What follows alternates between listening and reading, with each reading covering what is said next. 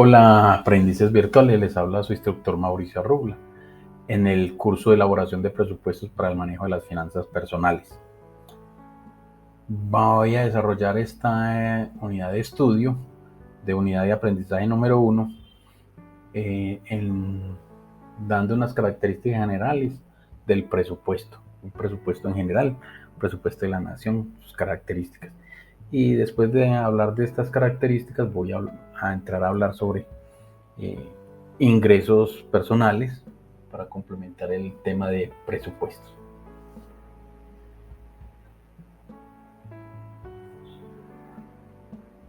Los presupuestos son herramientas para la toma de decisiones tanto empresariales como en el hogar. Entonces aquí básicamente lo voy a enfocar a mirarlo desde las primeras imágenes sobre presupuestos empresariales, gubernamentales y después sobre el hogar.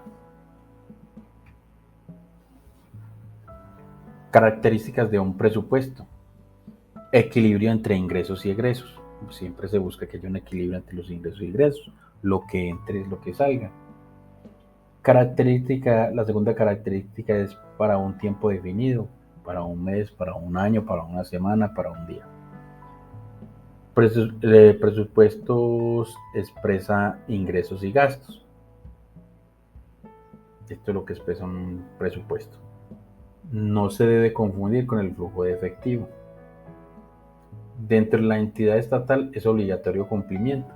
No es como algunos dirigentes que tienen un presupuesto y entonces dicen, pásenme este dinero para el otro lado. No, que es que no lo vamos a gastar en otra cosa y cuando en el presupuesto está determinado, digamos, para pago de prestaciones sociales y ellos lo quieren usar, digamos, para crear una carretera.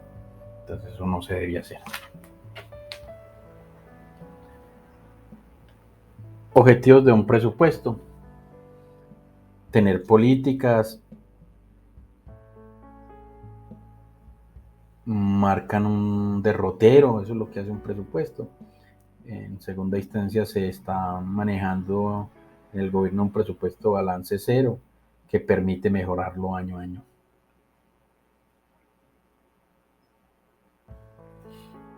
Tipos de presupuesto. Hay dos tipos de presupuesto, entre esos el presupuesto público y los presupuestos privados.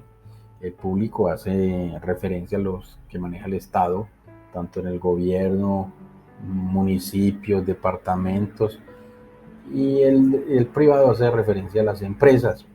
Y nosotros podríamos agregar el presupuesto dentro del privado, el presupuesto personal.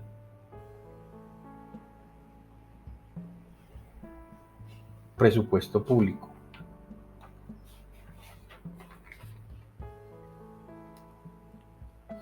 El presupuesto público acá en nuestro país lo aprueba el Congreso de la República y tiene los siguientes principios. 1. Principio de publicidad. Lo puede ver todo el mundo. 2. El principio de universalidad. Debe tener todos los gastos del Estado. 3. Principio de competencia popular. El presupuesto recae sobre todos los habitantes. 4. Principio de especialidad.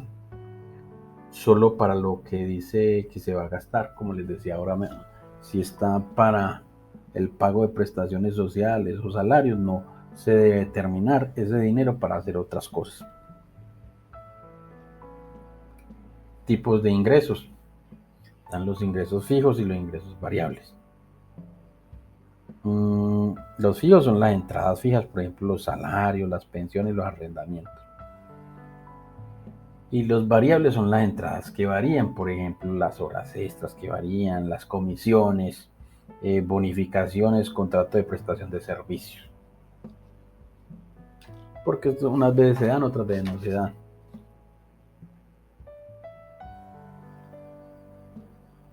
Bueno, ahora veamos los gastos. Los gastos son salidas de dinero, por ejemplo, en arriendo, en ocio, en tecnologías, en vacaciones. Entonces, es importante tener en cuenta un control efectivo de los gastos. Costos y clases. Entonces, a manera general podemos ver que hay unos costos fijos, que son, por ejemplo, el arrendamiento, los seguros y los salarios cuando esto es fijo, y variables cuando aumentan o disminuyen de acuerdo a que la producción aumenta o disminuye. Y esto afecta el costo. Por ejemplo, pues, si se aumentó la producción, van a aumentar la energía, el agua, las horas extras. También hablemos sobre los costos directos con la producción directamente, por ejemplo, la mano de obra, las materias primas. Si yo estoy haciendo una camisa, el operario que está ahí está trabajando directamente sobre el producto, y las materias, pongamos una tela que está haciendo una camisa, es un material directo. Ahora, los materiales indirectos son los que no se pueden identificar fácilmente, entonces costos indirectos de fabricación se llaman. Por ejemplo, si se le echa alguna peguita por ahí poquita, o un cosido muy pequeño que no valga la pena, entonces es un costo indirecto, que no está muy relacionado, no es fácil de observar. Bueno, ahora vamos a la última parte de esta inducción al conocimiento de los presupuestos, que es las normas internacionales de información financiera, las NIF. El Consejo Técnico de la Contaduría estableció en su documento de dirección estratégico actualizado el pasado mes de diciembre 3 grandes grupos de usuarios que para la aplicación de manera diferencial de las normas NIF. Asimismo, el Gobierno Nacional decretó cuál sería el régimen de aplicación para cada uno de estos grupos. Entonces, qué es lo que busca las normas NIF y qué es lo que regulan. Entonces, los estados financieros, ¿cierto? Entonces, dentro de los estados financieros busca que está el balance general, el estado de resultados, el estado de cambio en el patrimonio, el estado de resultados y ganancias acumuladas, el estado de flujo de efectivo. Estas están reguladas por unas normas internacionales. ¿Para qué? Para que todas las organizaciones tengan la misma presentación, sea más fácil analizar estos estados financieros.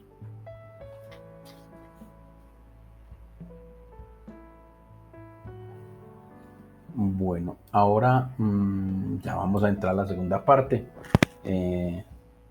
del tema. Como les dije en la introducción, es el tema conociendo el manejo de los ingresos personales. Ya no estamos hablando de las empresas ni del gobierno, sino que nos vamos a enfocar en el ítem ingresos. Conociendo el manejo de los ingresos activos, son los que recibimos a cambio del tiempo que empleamos en obtenerlo.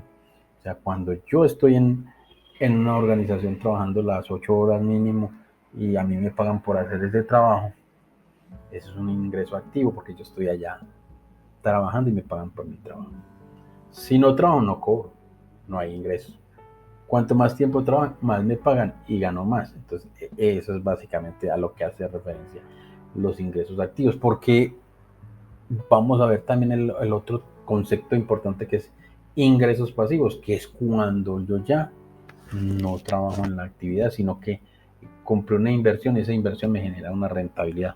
Ejemplo, soy socio de empresas públicas de Medellín, soy socio de una empresa que produce alimentos, y entonces allá me pagan tengo acciones y por cada acción me pagan unos dividendos. Entonces yo no estoy trabajando allá, pero estoy recibiendo rentabilidades. O soy socio de un supermercado y a mí me llega una plata mensualmente por el dinero que invertí allí. Veamos adquiriendo los ingresos. Entonces vemos dentro de la imagen, en la parte superior izquierda, unos empleados, que es una forma de adquirir ingresos. Y vemos, por ejemplo, una enfermera, un ingeniero, vemos un contador, vemos un obrero. Entonces, esta es la forma de obtener ingresos trabajando en una empresa. La segunda forma es con el autoempleo.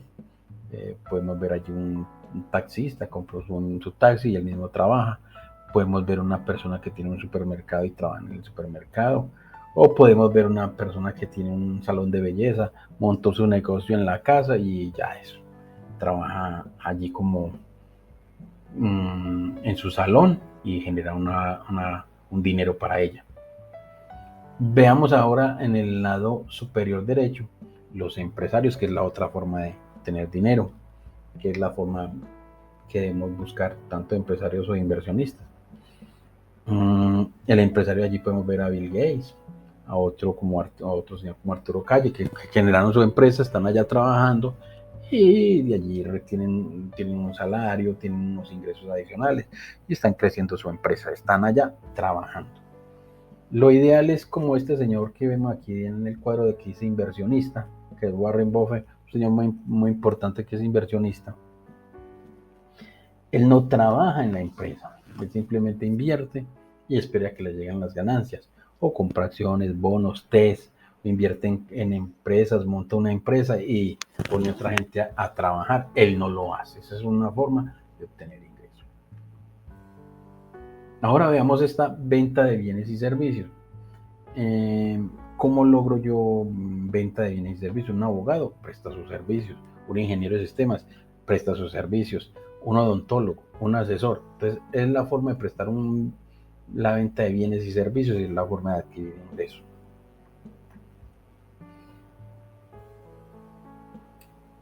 Ahora veamos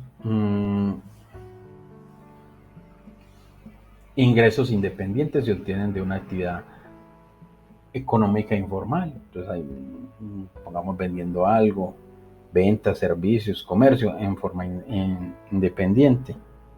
Y hay unos ingresos dependientes que se obtienen de prestar un servicio de trabajo en una empresa, en una organización.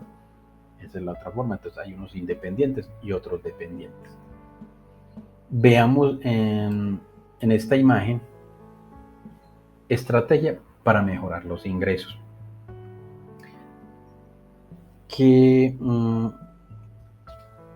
podemos decir de esta imagen? Uno, la calidad de vida de cualquier persona está definida por los ingresos que se pueda llegar a tener en un periodo de tiempo. Y es por ello que es necesario reconocer estrategias para lograr un incremento en los mismos y de esta manera poder contemplar proyectos e inversiones. Entonces, ¿qué debo hacer yo? Aumentar mis ingresos. ¿Cómo? Entonces, la primera recomendación es capacitarte en liderazgo, en negocios, en mercadeo, en contabilidad, en producción, en algo que te guste.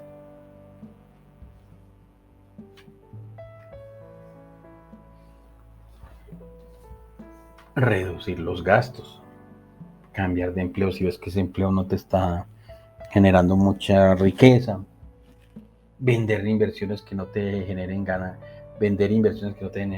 Tengo de pronto un local, una casa, una tierra que yo no le paro bolas para nada, cojo y la vendo y pongo a ese dinero a rentar. La otra forma es hacer inversiones de largo plazo. Ejemplo, una empresa, en mercado de bonos, de acciones, en la bolsa de Colombia, bolsa de valores de Colombia. La otra estrategia para aumentar los ingresos, buscar estrategias para aumentar los ingresos, ¿cierto? Básicamente con asesorías, vender algo, aumentar las ventas independientes, mercado de acciones y bonos, como lo decía antes, mercado de futuros, en la bolsa de valores hay mucha oportunidad, simplemente hay que capacitarnos en ese tema, buscar un buen asesor con el cual yo pueda comprenderme y hacer inversiones de largo plazo, no es a corto plazo, porque también hay otra forma a corto plazo, pero son más riesgos.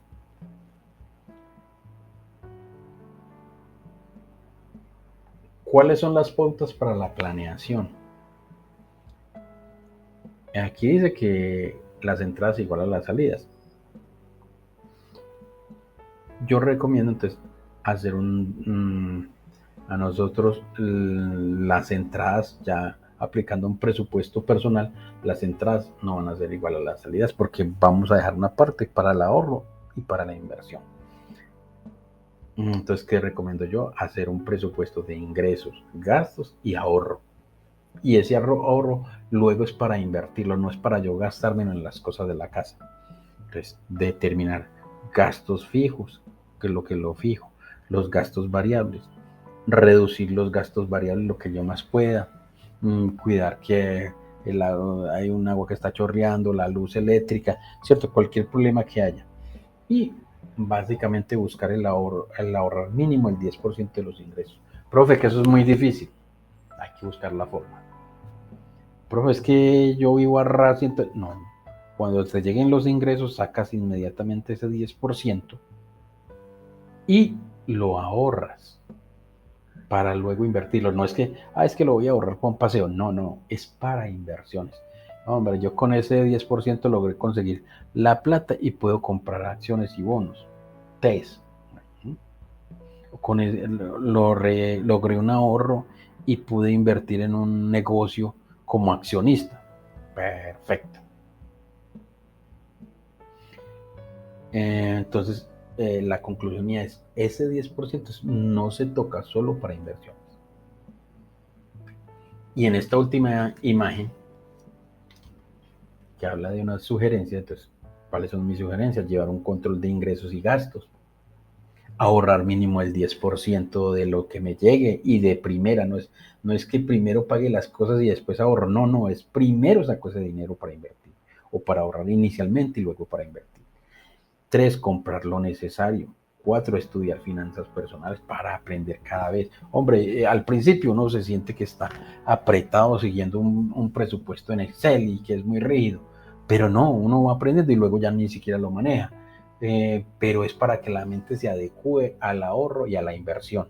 Estudiar finanzas personales, seguir a alguien que les guste, aprender todos los días más, buscar un libro, un audiolibro, es importante. Hasta acá el tema que teníamos para el día de hoy. Agradezco por estar acá a todos mis aprendices. Un abrazo a todos.